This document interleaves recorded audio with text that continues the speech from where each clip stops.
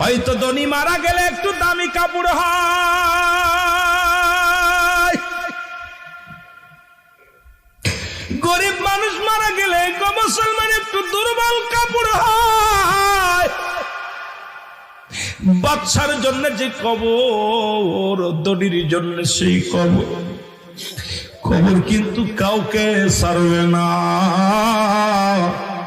তাই তো বাদশা সেকেন্দার ডাক দিয়ে বলেছিল, প্রজারা শোনো, আমি যেদিন মারা যাব সেদিন আমার কাপনের ভিতর থেকে হাত দুইটা বাইরে করে রাখবা, শীত করে রাখবা হাত দুটি। প্রজারা বলতেছিল, হুজুর এটা যদি আপনার এই হাত দুখানা কাপনের বাইরে রেখে দিই তাহলে মানুষ তো বলবে বাদশা দুনিয়ার মধ্যে কর আদায় করতো, মরার পরও বাদশা মনে হয় কর চায়।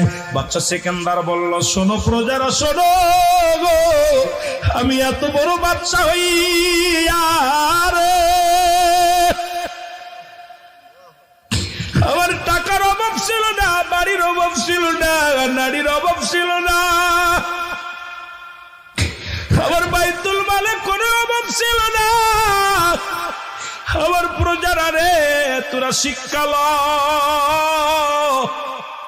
আমি এত বড় বাদশা হইয়া শূন্য হাতে এসেছিলাম, শূন্য হাতে বিদায় হয়ে গেলাম।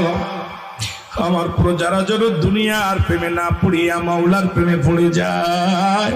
এই দুনিয়ার মধ্যে আমি প্রমাণ করে দিয়ে গেলাম, আমি বাদশার অভাব ছিল না, স্বর্ণের অভাব নাই, বাড়ির অভাব নাই, গাড়ির অভাব নাই। আমি শূন্য হাতে বিদায় নিয়ে গেলাম, যাবার বেলা আমার কেউ কিছু হাতে দেয় নাই।